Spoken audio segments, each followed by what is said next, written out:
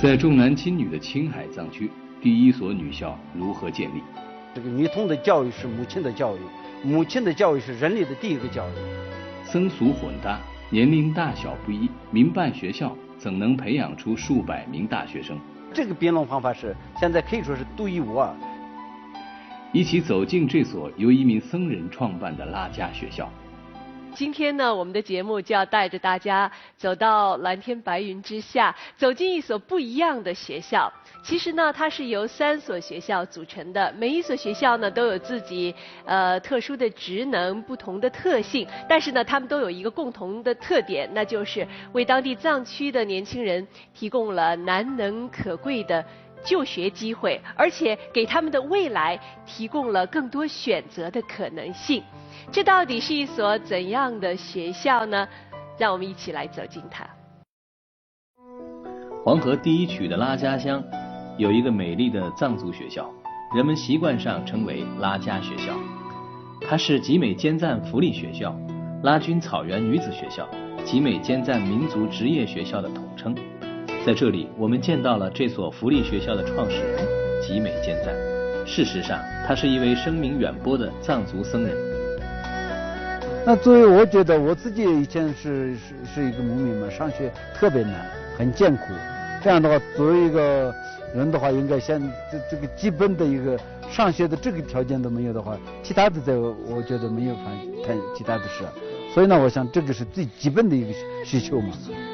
1994年，年轻的集美坚赞从中国佛学院毕业后，来到拉加寺，因为感触这里的贫困状况，不顾众人的反对，毅然做出了创办学校择师后人的决定。特别难啊，那条件各个方面，比如钱，我自己只有3000块钱，那我也没有什么，家里也没有什么这个富有的，不是这样的一个牧民嘛。那一直建到现在也是，那肯定会付出很多的东西。你一排房子都要10几万块钱，那怎么去？肯定会有点难。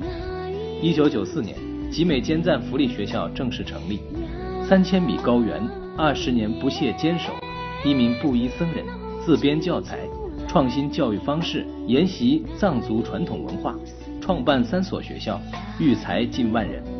目前，男校共有学生900多人，教师29人，女校共有学生500多人，教师30多人。集美校长，我了解到咱们拉加学校啊，最值得自豪的就是现在有很多的毕业生都考上了大学，对吗？是。您能不能给我介绍一下，咱们这差不多20年间有多少学生考上了大学？现在考上大学的有372。那我们就好奇了，最初您又是什么样的机缘创办了学校呢？一个僧人创办学校，这是一件常见的事情吗？是很少。我觉得当时呢，我办学校的时候是94年，那时候我们青海不仅仅是私人办的，还是整个青海省没有一个私立学校。我是第一个办的青海省的第一所民办学校。那我为什么要办一个民办学校呢？过了之后呢，整个就适龄儿童入学率只占19.6%。没有上学的原因呢，是因为离学校太远，还是因为家境贫穷？家里和学校很远嘛。对，因为藏民的生活可能都是逐水草而居，对吧？一个孩子如果要是到城里、县里去上学的话，就意味着家长可能就要放弃自己原来的这个生活方式哈，对，这个很不现实。是。那不去上学，孩子们都干什么呢？那肯定是放牧，就帮着家里去放牧了。家里放牧这样。那您就怎么就想到要办学校？那我也有个愿望，那能不能办一个学校？那当时只有3000块钱，怎么办起来的呢？主要是肯定是借钱贷款这种方式去办的学校。最开始学校有多少人？86个人。学生好招吗？当时不是很好招。您自己的经历来看，就是学习到底对一个人有什么样的作用？作为一个僧人的话，一般是僧人主要是修行，然后为这个普度众生，一直是这样讲的。但是我说不上什么普度众生，但是呢，我自己附近的，我自己能做的，这个我能做起来，而且做教育，我认为是最有功德的事。我认为智慧的扶贫是人生的扶贫。那您怎么会有机会上到佛学院？哦，我父母也是牧民。当时我上学的时候很艰苦，因为那时候我们大五乡只有六个人上了学，我是其中的一个，我和我姐姐就上了这个学校。但是呢，这个最主要是我父亲和母亲呢，他们到这个附近，然后捡牛粪啊，这样就是把我们就是父亲靠捡牛粪来供你们上学。是。我也听说当地其实有一种传统吧，女孩子是不太读书的。是吧？是。那么他的机会很少，上学的机会很少。僧人去办女校，这其中一定是有难度的，对吧？对，在我们藏区来讲的话，比较学校也距离也很远，然后思想上面也有一些顾虑吧。我认为这样以后呢，肯定上的比较少。但是呢，我自己认为，以这个女童的教育是母亲的教育，母亲的教育是人类的第一个教育。只要一个好母亲的话，我认为她培养出来的这些所有的都不管是心情方面还是智慧做事，不管是哪一方面，我觉得非常好。所以呢，我就提了这么个以后很多人比较认可，于是就有了这一所非常难得的女校。赶快来看一下。依据拉加寺的规定和信教群众的信仰，在寺院区域内，女性不能住宿。而福利学校租用的正是寺院的房产，这让执着教学的集美坚赞十分苦恼。建立一所女子学校，成为集美坚赞坚持的一个想法。这个以前我呢，本来都是想男女都能进来的这么个学校要办，但是我男校呢办的是寺院的所属的这个地盘嘛，所以呢，这个女童无法在那个地方读书。2005年，在偏僻的神山脚下，集美坚赞创办了拉均草原女子学校。很顺利的，他首批招到了80名学生。与男校不同，这是一所民办公助的学校。最后呢，我觉得必须要再办，因为不管是一个民族还是一个国家，它的最主要是一个教育。那教育的最根本的应该是最早就是一个母亲的教育，母亲的教育的最根本就是女童的教育，就是那个大使馆呀，像亚洲团结协会，荷兰大使馆和芬兰大使馆嘛，还有女中基金会，这些帮忙建的，这个很早以前，就很早以前建的。对。那最近有没有建的一些项目？有正在后面也在建，也在建这个，就这个后面还有今年还有亚协就是亚洲团结协会投资100多万，又建一个我们的食堂。现在食堂以前是这个食堂嘛，现在太小了，没办法再扩建，他们投资也是愿建。这些都是像刚才最下面的那个也是芬兰大使馆的嘛，这些都是自己建的。这一个教室，刚才那个宿舍是教育局建的，其他都是我们自己建的。好。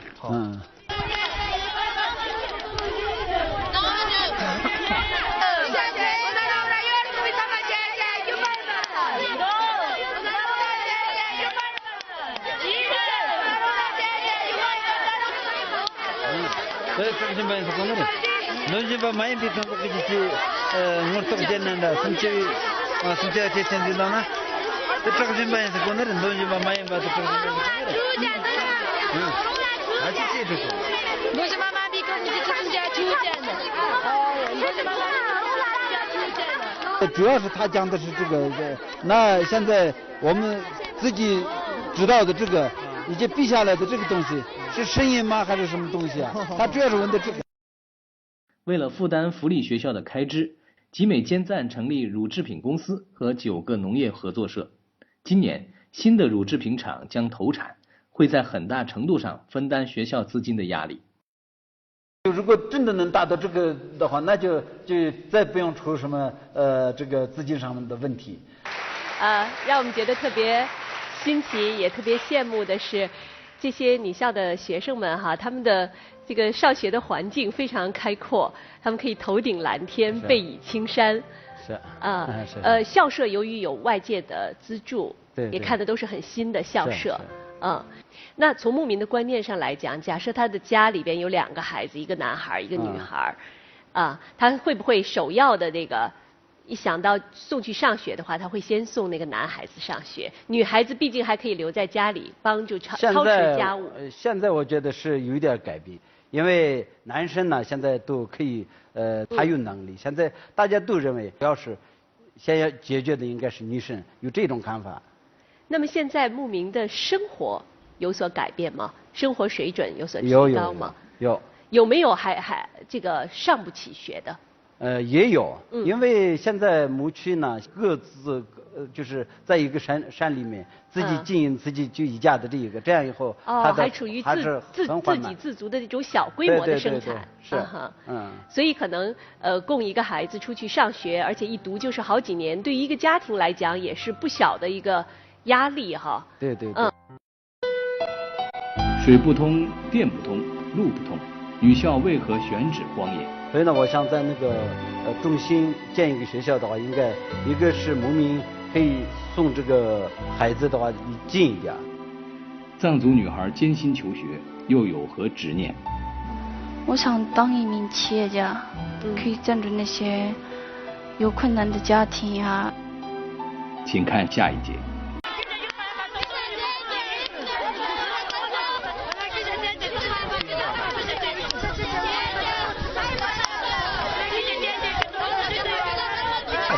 马的颜色是什么？马的他怎么回答呀？他说马群就是白色的。白色的。女孩叫错毛叶，是女子学校初2年级的学生，她正在紧张地复习课本内容，因为马上就要考试了，她显得有些紧张。学习是就是36个里面应该是前5名吧，前5名。就在他们班还是不错的。不错的。他尤其是英语和英语好一点，还有他的那个逻辑思维能力比较强一点的，学一些物理化学的那些能力，数学的能力比较强一点。错毛叶是跟随母亲一起生活，他还有一个哥哥远在西宁上学，家里的生活都靠他母亲打零工支持。从学校离开后，我们来到了错毛叶的家。他的母亲跟随打零工的队伍赶到远处去挖虫草了，要1个月以后才能回来。破败的院落显现出这所家庭的困难境遇，而每年的虫草季节是这个家庭一份很重要的收入。平时加上低保，错毛叶全家1个月的收入不过700-800元钱。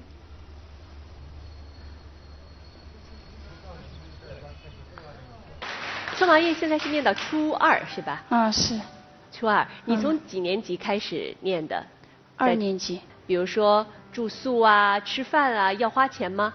不要花钱，免费的。都是免费的。那校长，我们这个费用是怎么来的呢？现在我们这个学校是民办公助的形式，目前呢，现在是出的是国家给学生他的补助啊。国家会有补贴。对。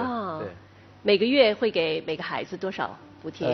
他是这样分，他应该是每年是1700，对，就是这笔补贴够不够维持他们的日常生活开销？生活可以，还可以了。可以，对。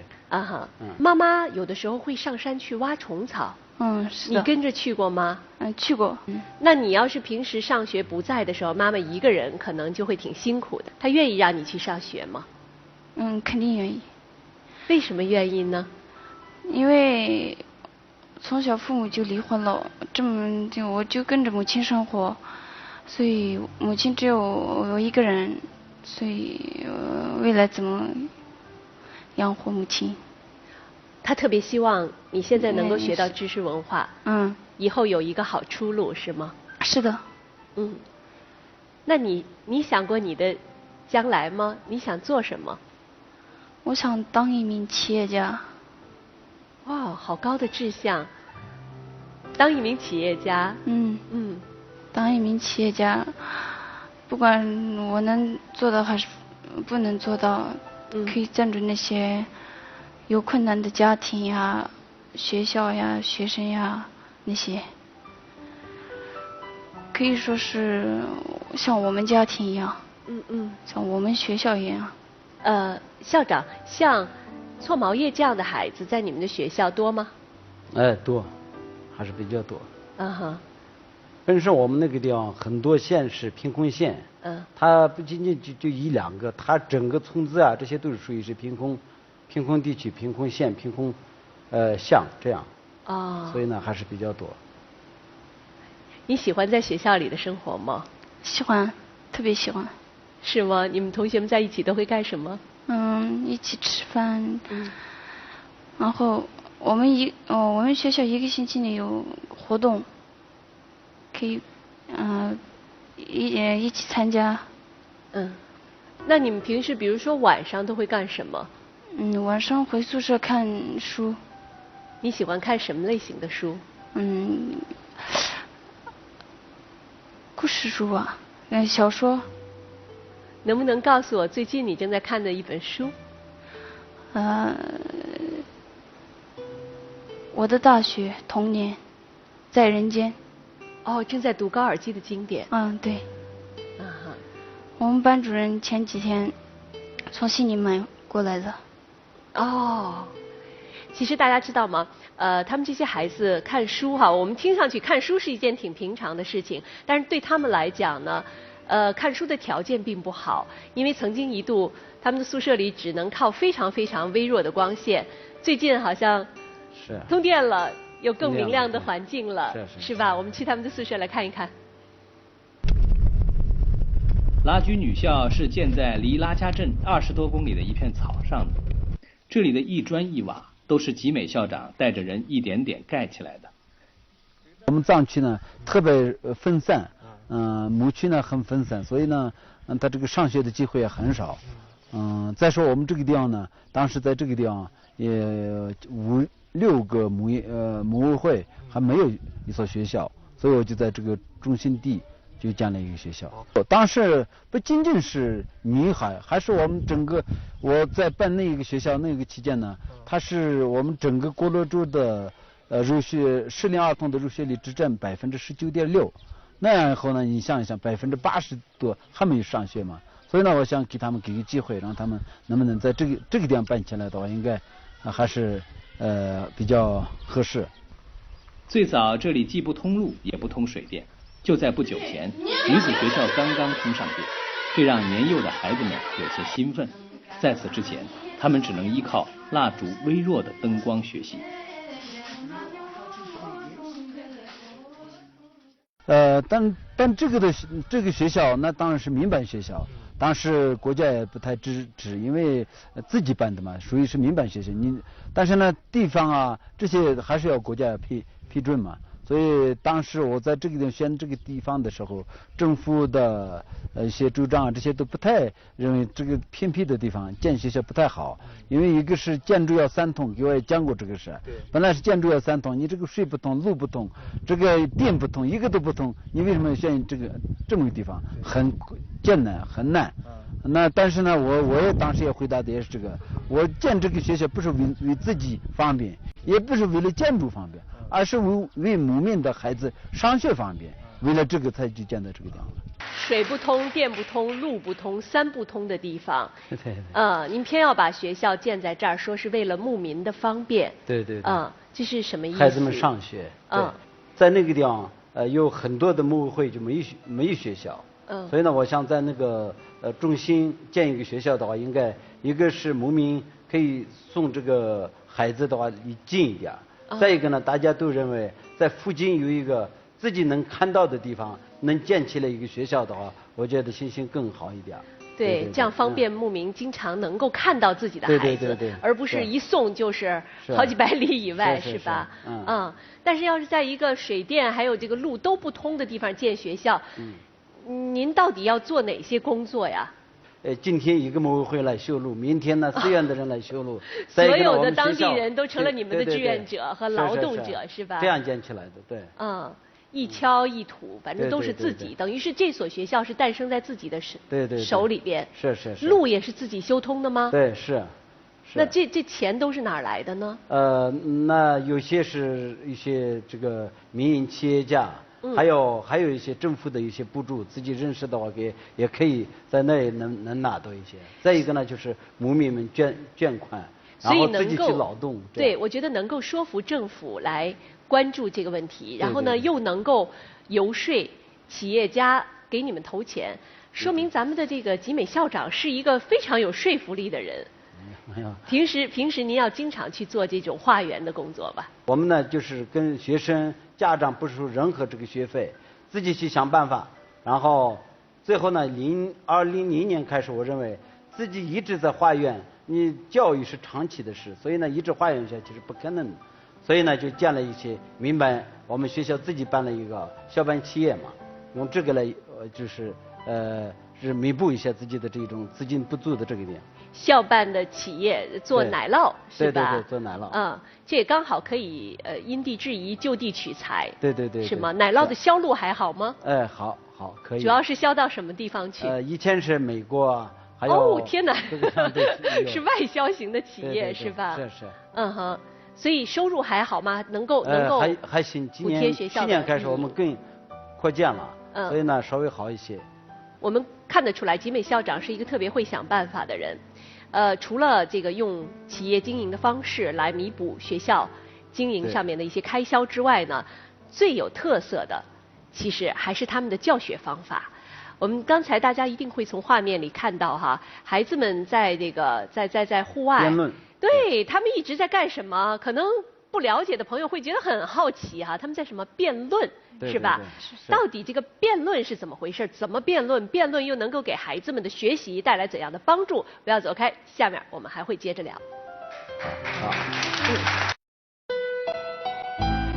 奇特教学方式有何独特之处？有些思维，还有他的一些分析的能力，这些都不一样。国际名校又为何对此情有独钟？连这个哈佛大学的人都很吸引，他们说的，他们要引进我们的这个教学模式。请看下一节。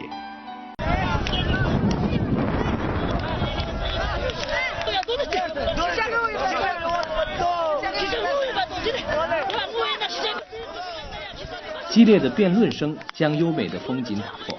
集美尖赞福利学校正在举行一场激烈的辩论，这是集美尖赞学校每天雷打不动的习惯。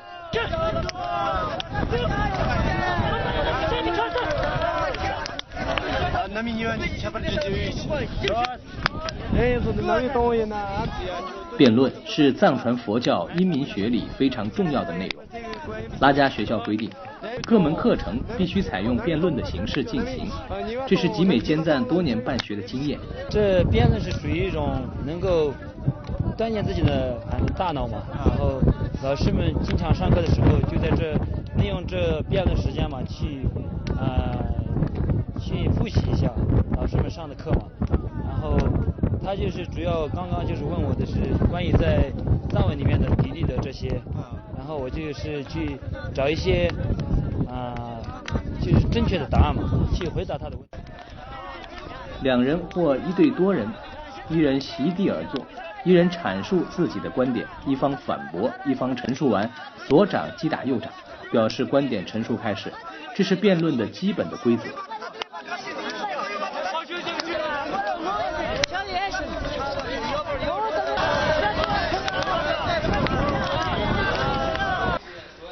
除了这些，每周4学校还要举行全校的知识竞赛，有传统的辩论、历史、常识、法律、科普问答，还有英语对话、小品表演等。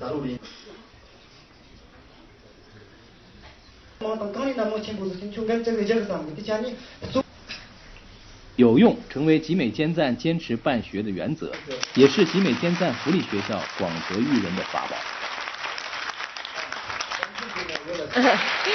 好，现在咱们的校长和副校长一起来跟我们聊一聊哈。刚才我们看到这个教学方法里边有很重要的一项叫做辩论，如果不知情的人还以为他们在做游戏。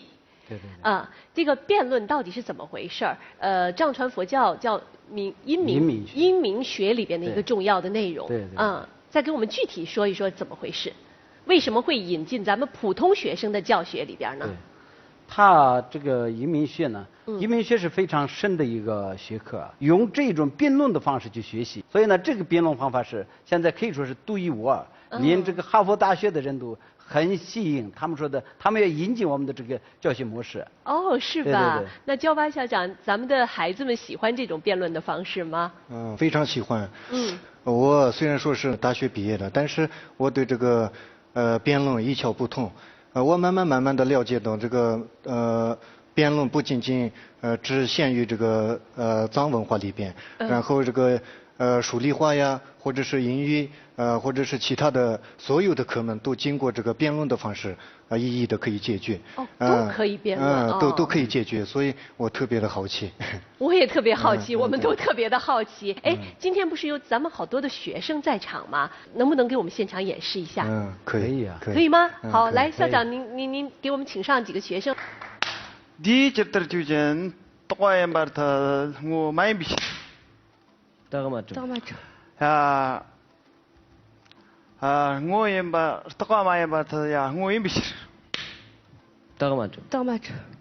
야, 나이 자식이야, 어쨌든 체담 돈다 있나야, 나이 저 임비, 야, 마치 왔. 도. 저왔다스, 카지스야, 진유 주진야, 나이 저 임버터야, 코알아야, 정누야, 니야 유시. 마치. 마치야, 마치로. 코알아 정누那一叫不清的马球。我必须得请他们给我们讲讲，刚才他们都辩论了一些什么。全世界万物生都是无常的，我就跟他反驳，我说不是，然后他说就到底是无常还是有一种必然的规律来进行辩论，好抽象的一个辩论话题哈。但是为什么我就听到他一直在那儿说，你们就好像给一个字就把它挡回去了，这是一种怎样的辩论啊？好像是以不变应万变似的哈。刚才着实把我有点惊着了，不大的孩子就如此抽象的哲学的命题在进行辩论，这样的一种这个思维表达逻辑这样的一个训练，到底可以带给孩子们什么？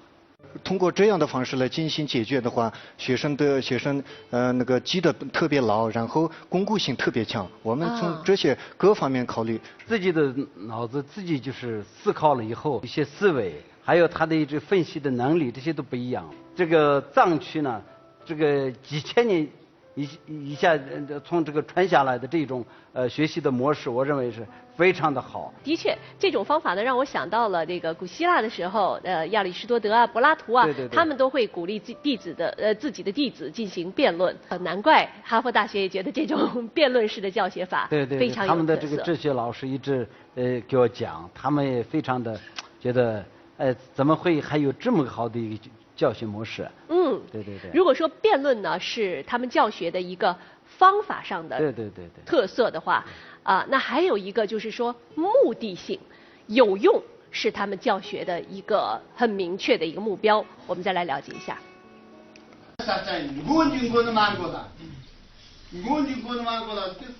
有用是集美坚赞福利学校始终坚持的原则。在这里，学生们除了学习传统的知识之外，还要学习一技之长。汉语、英语、藏语是学生们必须掌握的3门基础语言。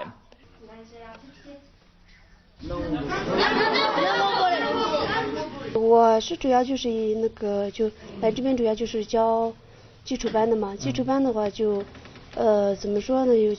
很多个学生都不懂汉语嘛，所以要从基础开始给他们讲。那样的话，讲课的过程中一定要经过双语，就比如说讲一个汉语、汉字，然后给他们讲用藏语给他们讲意思，然后顺便造句什么的。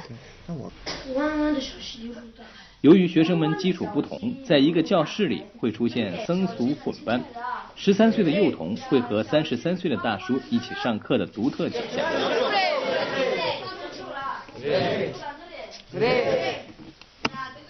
比如说僧人僧人他们可能就是一般都待在寺院里，就不怎么出去嘛，所以就交流呀各方面就用普通话交流就是比较困难。然后就是其他学生的话，就是俗人的话，俗人的话大概就是去过外面的。接触过的比较多嘛，然后我们就比如说就我们班的，我们班的好多个学生就是俗人，好多个学生都讲话呀各方面都大概没什么困难，对，没什么问题。然后僧人的话有些困难。2006年，集美监赞成立集美监赞民族职业学校，开始发展唐卡绘画、雕刻、营器打造、古建筑、藏医学、计算机等专业，让学生专选一门进行学习。在集美监赞看来，学生们的出路才是关键。既要解决学生毕业后的出路问题，也能继承藏族传统文化。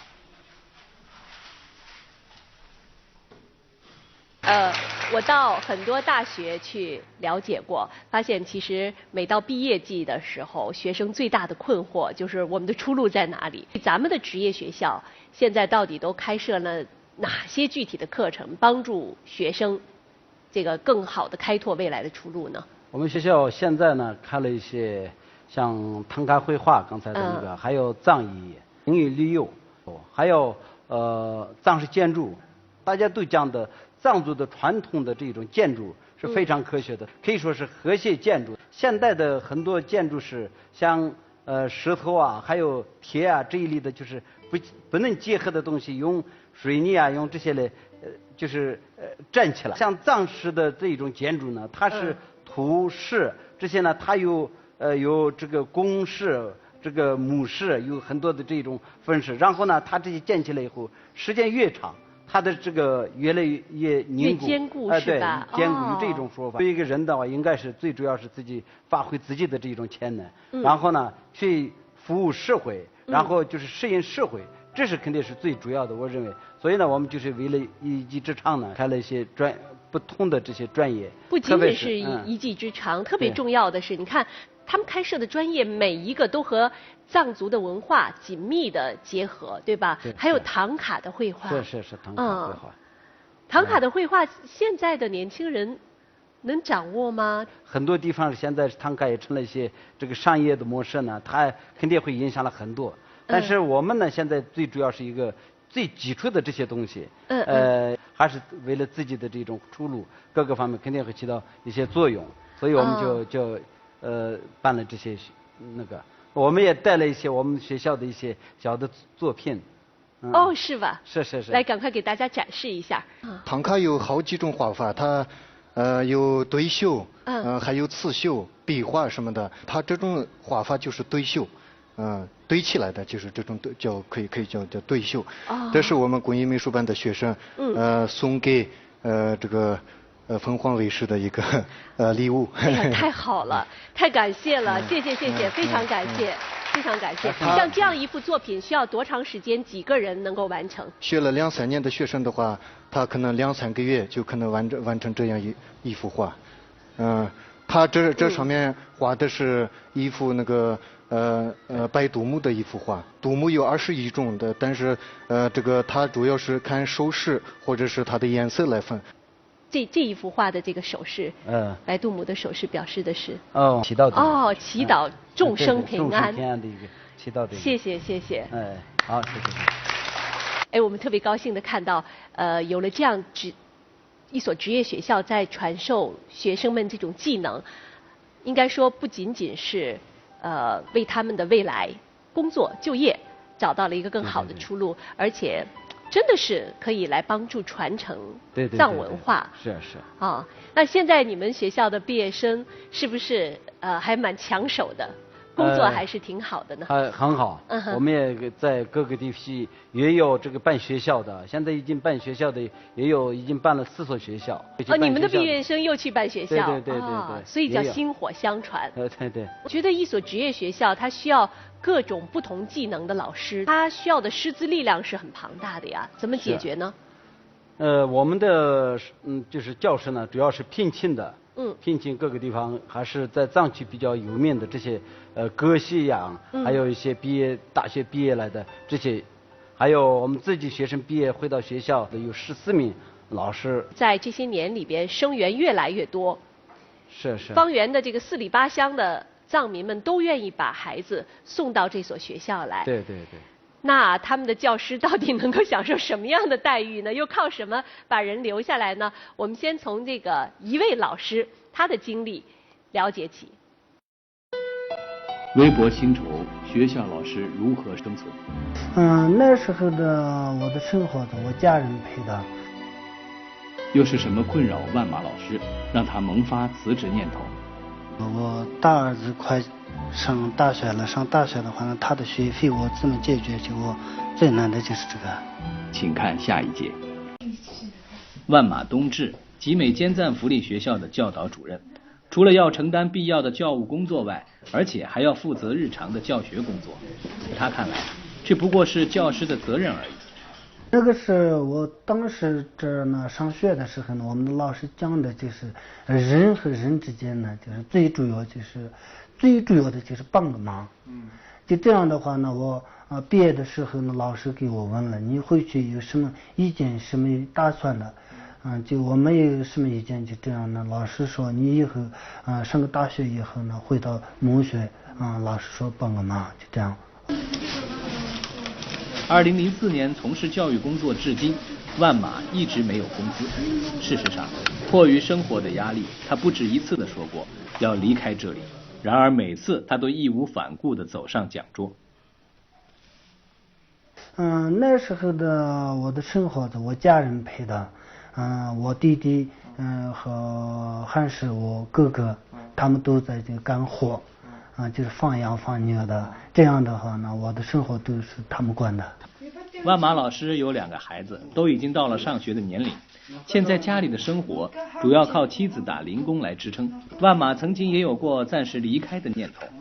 我想过几次，然后呢，我到校长跟前去，我们的老师请个假，他说这就不要请吧，反正你这样你生活上有困难，这个我们也理解嘛，但是你坚持一下，人嘛要坚持一下。在当地人们的工资一般有4000到5000元，而万马老师只有这1500元。他的妻子一直以来陪在他身边，没有任何怨言。万马老师也习惯了这种清苦的生活，但是对于下一代，他有很多的忧虑。我现在呢，还是放假的时候呢，有一定干个好，就这样的话呢，没事。反正我老了，然后再不行，我也就考虑这个。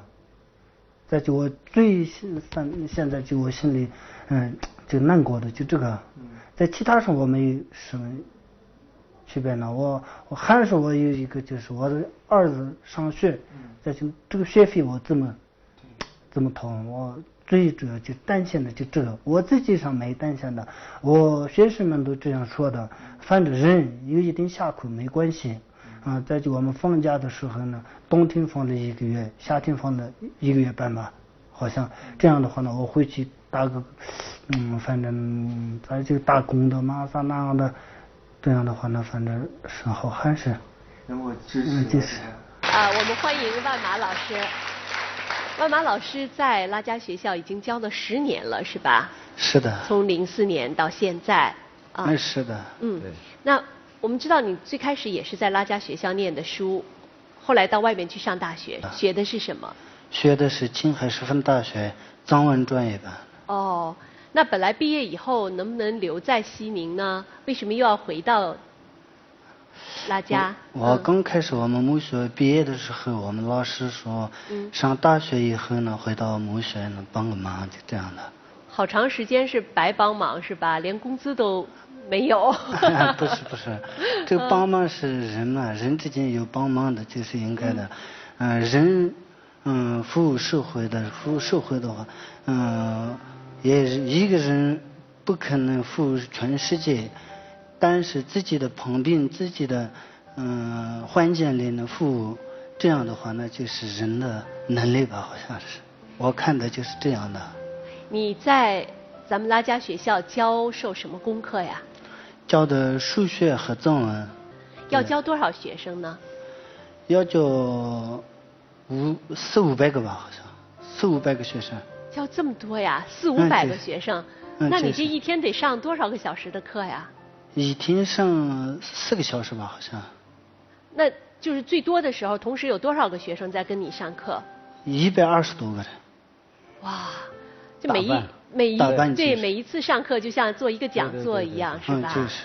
啊。最少的就是60多个人吧。最少也要60多个人。对的。那你觉得在这儿教课，让你觉得比较辛苦、比较难的是什么？为什么好几次都想离开了呢？其实最难的就是我现在呢，我大儿子快上大学了，上大学的话呢，他的学费我怎么解决？就我最难的就是这个。哦，你现在1个月的工资有？1500。1500，你看万马老师特别发愁，在这儿教的还是挺踏实的，但是自己的孩子要上大学了怎么办？是。这个对我来讲的话，也是一个很难的一个事，因为我们学校刚开始是所有的老师都不拿工资，到了07年以后，我们的北京的几个组织呢，几个企业家到学校来，他们就提供这个老师的工资，只要这个解决到，我觉得我们的这个老师和这个教职工，他确实是对这个经济这一方面呢，确实我觉得我做的不够，我也一直在这样想。但是呢，我觉得也是一个其他的方面呢，作为一个这个是这个分线呀，像这一方面呢，我觉得他们也创作了一个非常完美的一个家园。我觉得他们都一直在讲，他们不是为了追求经济，很多是这样。但是呢，毕竟要解决他们的最起码的一些生活的问题，尤其是后代自己的孩子未来怎么读书啊，有什么样的出路，这可能是他们心上一个最大的心结。而我们看到像万马老师这些老师，他们可能自己的生计维持起来都蛮辛苦的，所以的确我们更多的企业家应该对他们进行资助。对。那我最后就想问一问这个万马老师，如果您还有什么心愿的话，您最大的心愿是什么？真没有什么心愿吧，我就是觉得我们母校经常就是教课，我服务的就是我们当地的那学生们教个课，然后他们回去呢，这个整个社会上做个服务，就这个是我最大的希望，就是这个。那焦巴校长你呢？我最大的心愿就是我们学校一直维持这样的那个教学模式，然后一直这样持续下去，然后我们的学生走遍中国的大江南北，然后就是桃李满天下，就是这个心愿。校长呢？我也是同样也还是这样觉得，我们学校现在呢就是发展的也比较好，但是呢现在就是最大的刚才讲的，像不仅仅是老师，还是员工，甚至是我们书门院，这些都能跟这个公立学校一样，他们也能拿到同等的这种待遇，不管是经济方面还是他的社会地位方面，各个方面能拿到这样的一个地步。再一个呢，就是在贫困的地区，特别是不仅仅是藏区，还是很多的地方，还有上不起学校的，这些都能不能把他们给一个自己适合的一个学习的环境，这是我的最大的一个愿望。好，谢谢。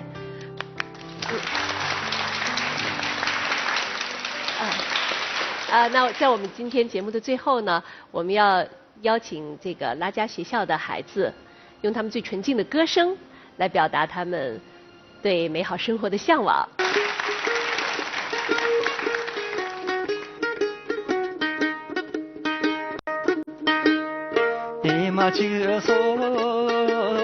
Simla changi tapi along te ya la so e ma chi so jerma me pi kun cho sam lam ban le ya la ta shi sho e ma chi so li nga ye chi chu pa nam sun te ya la so e ma chi so nyang ka sa li la ma chi lam ba a la ta shi sho Nam la karma zawi la ya nem mo len sho Sala lo to ya pi sha to len sim de ya sho Nam la karma zawi la ya nem mo len sho Sala lo to ya pi 里所的手，可来可也啦啦啦，生气着说西马拉西，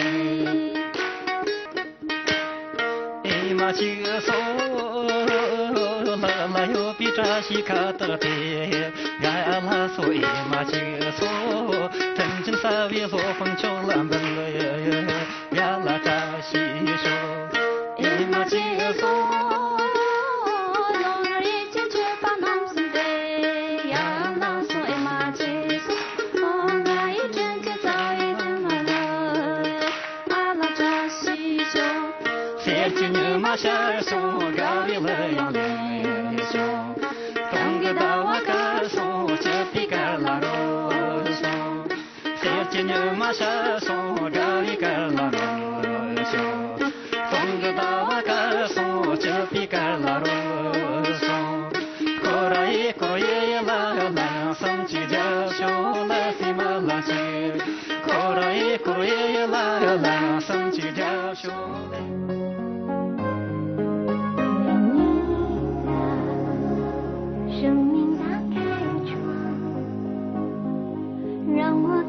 接着为您播出格力一虎一席谈。